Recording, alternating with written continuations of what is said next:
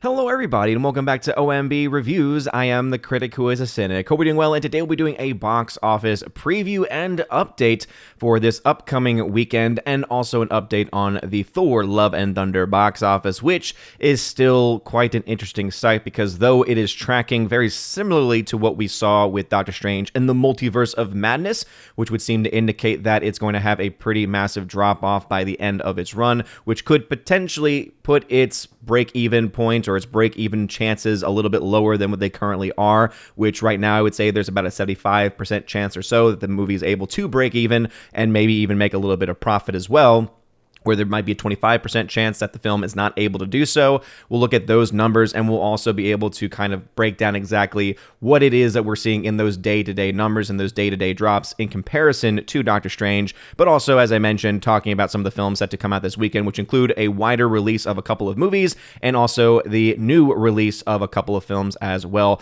Before we go any further, though, please make sure you smash that like button, light up that fire button if you're watching over on Odyssey, and also make sure that you are subscribed to the channel with that bell notification on. That way you know every time a video or live stream goes live on the channel. And also, if you do follow me on Twitter, just remember that they have locked me out of my OMB Reviews Twitter account. And so if you want to follow me for the latest, make sure that you follow me at Templar Odin, which is my new main account until there be a day, if there be a day, where the account gets unlocked. Anyway, we do have the wider releases of A24's Marcel the Shell with the Shoes On, which, if you've seen the trailer for it, it is something that kind of looks like it's just really adorable, to be perfectly honest. And so I do have a general interest in going to see the film. However, it has been a very small novelty film at this point as far as its release structure is concerned. It looks like A24 is trying to capture the same kind of magic that they were able to get with Everything Everywhere All at Once. And while it ended up working out for them with Everything Everywhere All at Once,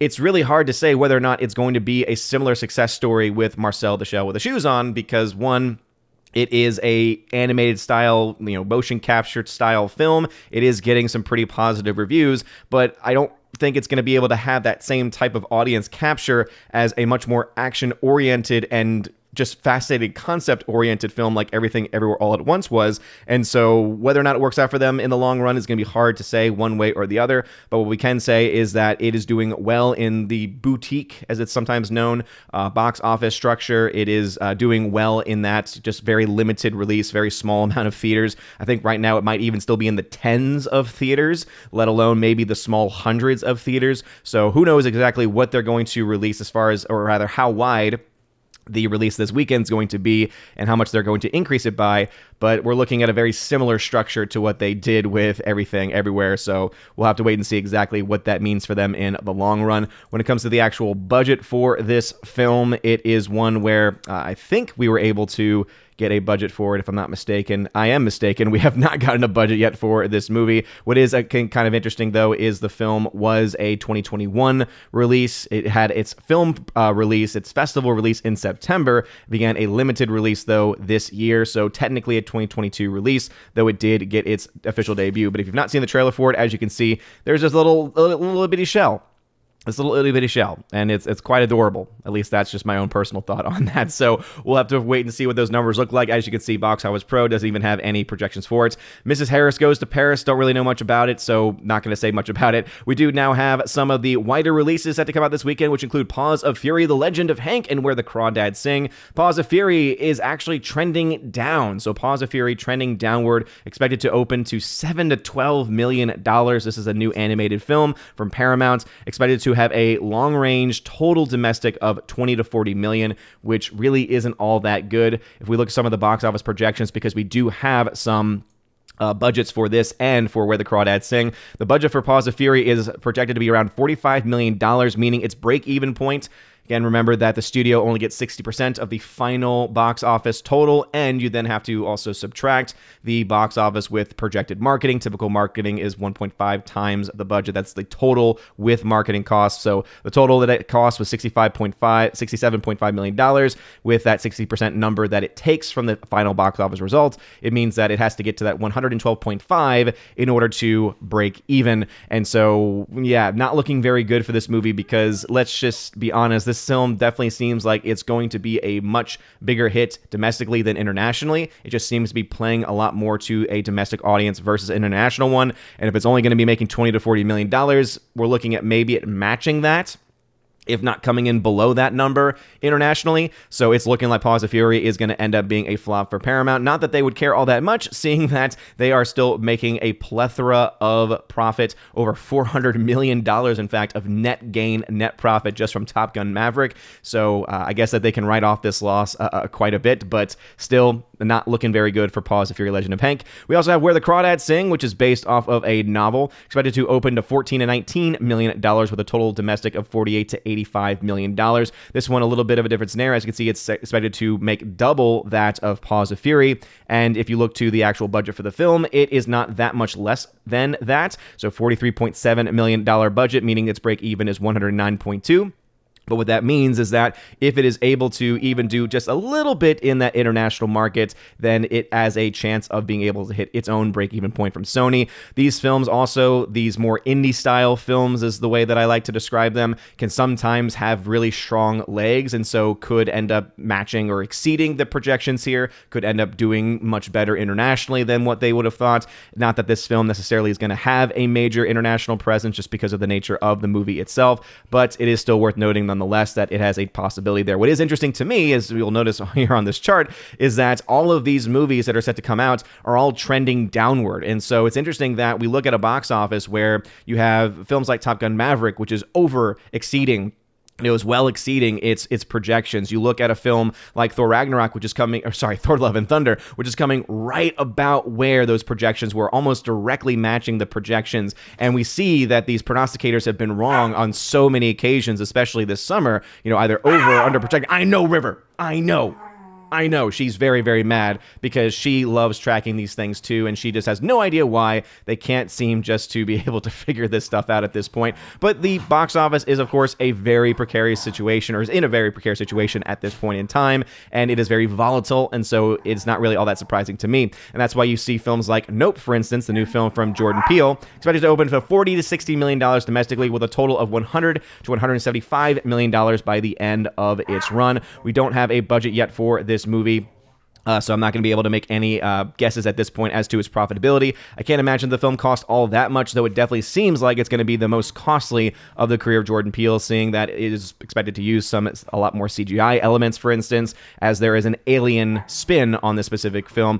I would be excited for the movie, except for the fact that the last two films Jordan Peele has done have been very interesting concepts, very interesting and well done as far as execution, but then ultimately all deal with an obsession with race, and it's just something where it's like, okay, if your goal is to isolate your audience and to try and preach to your audience, then, hey, good job, you're doing that, but guess what? Most audiences don't want that, so again, just make movies. I know, River's just like, what are you doing? I just wanted to watch a good movie.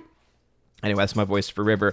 DC League of Super Pets, no change at this point in time. $40 to $60 million expected for the domestic opening. So this one's still a little ways out. I'm sure this number will update as things go by. If everything else is trending downward, I would not be surprised if this one also gets trended downward as well. I don't really have a lot of high expectations for the film, so we'll have to wait and see. We do have new numbers, though, for films like Bullet Train. This is a film that I'm actually pretty excited about. No budget being reported yet for the movie. I imagine that it probably cost a little bit of money. I wouldn't be surprised if it cost somewhere between $50 and $100 million.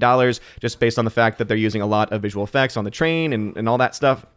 And again, that's just a pure guess on my part, but this film actually looks like it's going to be a lot of fun. I would not be surprised if this number actually is one that breaks the mold and ends up trending upward, because the trailer is really, really effective. I know that not everyone has been really looking forward to this movie, or not everyone thinks that the trailer is as good as maybe I think it is, but I think that the trailer is effective enough to where it's going to be able to inspire, I think, a lot of people to actually be excited to go see the film. If you've not seen the trailer yet, I recommend it because it is actually a lot of fun. Long range for the total domestic is somewhere between 85 and 120. If it's able to kind of match that internationally, that film could end up seeing its own break-even point. Let's go ahead now and dive into the discussion that I think a lot of people care about, or at least are more interested in, because obviously when it comes to the MCU and Disney, people would like to see Disney fail and would like to see Thor Love and Thunder, especially because of the insane ego of Taika Waititi, fail in some capacity. And the chance is still out there. I know, River, I know, you're one of them. You're absolutely one of them. This is true. Let me see if I can get him. Come on. Anyway, so Thor Love and Thunder is in a situation where it is coming in a lot smaller than what Doctor Strange Multiverse of Madness was able to do. Now, some people try to say, it's not really a fair comparison, Odin. You can't really compare those two films because they're different movies and different, characters, etc. It's like, yeah, but they're also very similar in a lot of ways. You're talking about films that are not the first in their franchise. Yes, you can try and argue that, well, Doctor Strange Multiverse of Madness had a huge bump from Spider-Man No Way Home, being very much connected to that universe. You could also say that Thor Love and Thunder, though, has a strong connection because last film in the Thor franchise, Ragnarok, did incredibly well and was the best performing of the franchise, and therefore you would expect this film to do even better because there was a lot of positive reactions from that movie. We're not really seeing that same level play out, though, for this movie, because whereas the first Taika Waititi Thor film of Ragnarok was able to get over $800+ million internationally, right now, Thor Love and Thunder, if the numbers continue to hold, if their drops continue to be as consistent as they are, is looking more so to maybe cap out somewhere between $700 and $800 million, maybe with a max of $850. And so maybe it could match that of Thor Ragnarok at some point, or has the potential of doing that. But if the film is just going to match that number, it would be good as far as it breaking even and making profit. But I think that it would be a sign that, these things are starting to rub thin with certain audiences. But looking at these numbers, I just personally think that it's going to come in on the lower end of that. We'll have a better idea. I'll be able to make some actual projections this weekend. We do always want to put in that grain of salt that projections are not an exact science, and also that when it comes to these films, sometimes they are not released in all of the countries internationally. That could have an impact on the end total. So we could still see, even if I do have projections that show the film has a chance of losing money or has a large or small chance of losing money, those other countries, if they be big countries and if they show up for it, could end up having an impact. That all being said, if you look and compare these films right now, Thor Love and Thunder and Doctor Strange, they both came out summer of 2022, and we see Doctor Strange did a much better job just overall. At the same point of its release, Doctor Strange was at $201 million versus what we see from Thor Love and Thunder, which was at $156.3 million. And so it is still trending further behind Doctor Strange. It has a maybe chance that it could end up breaking through if its holds are a little bit better than Doctor Strange. But when we compare the films as far as their day-to-day, we're seeing a very similar story between these two movies. And so let's go ahead and look at those numbers again. So when we talk about that first Friday, so these first 2 days right here, this is the Thursday opening premiere and then the actual Friday numbers themselves. And that's when we start getting the actual changes. And so from that first Friday to Saturday, we see there's about a 39% drop. And then from that Saturday to Sunday, there's a 23% drop, with the Monday being a whopping 63% drop. If you look to Doctor Strange, you'll notice that it had a 36% drop on the Saturday, a 33% on the Sunday, and then a 65% on the Monday. And so you'll see that those numbers are very similar. And so whereas Thor, Love and Thunder had a larger drop on Saturday than compared to that of Doctor Strange, you'll notice that Doctor Strange had a much larger drop on the Sunday versus the 23% drop for this film instead. And also you'll notice that the 63% drop on the Monday is much stronger than the 65% drop. But when it all comes down to it, you'll see that they are still very much, when all is said and done, when you average them together, they're at least close enough.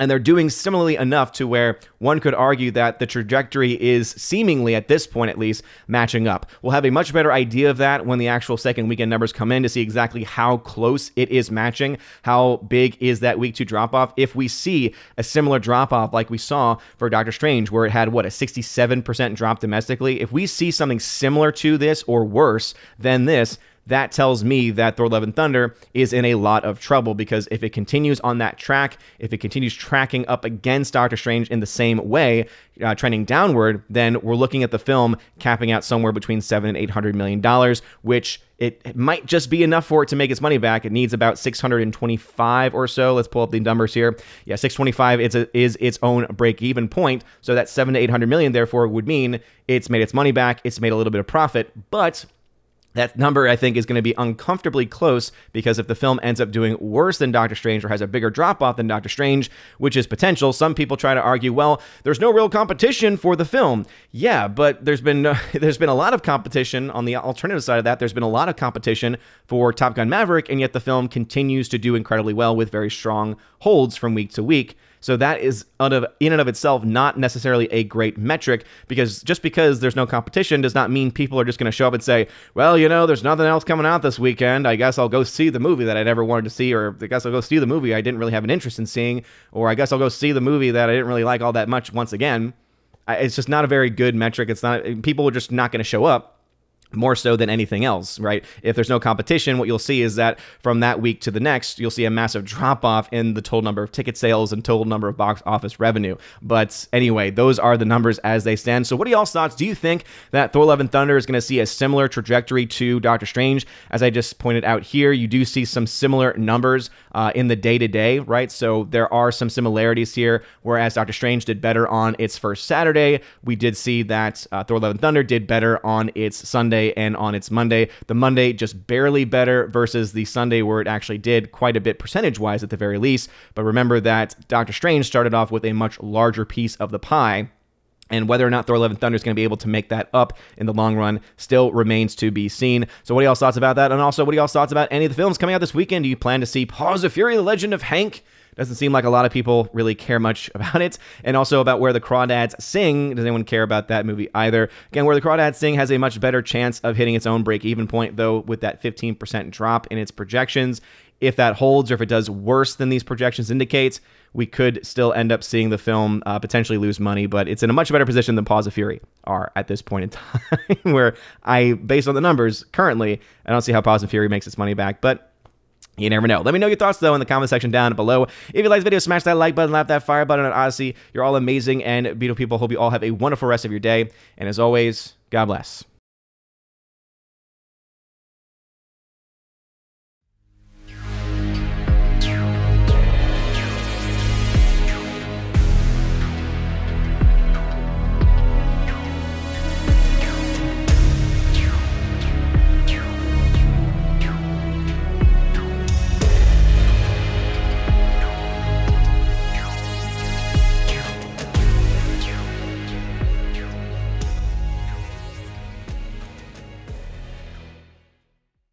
And now for a huge special shout out to my July Patreon Subscribe Star and Locals members at the Keeper of the Bifrost level and above. First starting off with Brandon, let's go Brandon, Chris from the 80s, who you can check out over on YouTube, Garrett Searles, Heimir Ari Hymason, Jeff Toon, Joe Horn, Jonathan Carney, Laura, The Modern Major General Story, Father, Luca Illick, Orange Hat Reviews, who you can also check out over on his YouTube channel as well. Congrats on recently getting to 1,000 subscribers. Rosetta Allen, who you can also find on YouTube as well. Stan Andrian and Miss Martin Muses, who also has her own YouTube channel. Thank you all very much for supporting me over on the platform of Patreon. We also have my Subscribe Star members, Matt317, Storm Tracker, The R, Fast Reaction, John B, Mr. Roy, Glinzer, J. Alice McCarthy Jr., shout out to you, good sir, and continue that awesome recovery that you are doing. Dean Heiss, J-Rod, the Beer Guru, and ZK-Man. ZK-Man, you can find out over and follow him on Twitter as well. And we also have my Locals members. We have of course, the lovely and amazing Minnesota hockey fan. How about a hockey player? UAB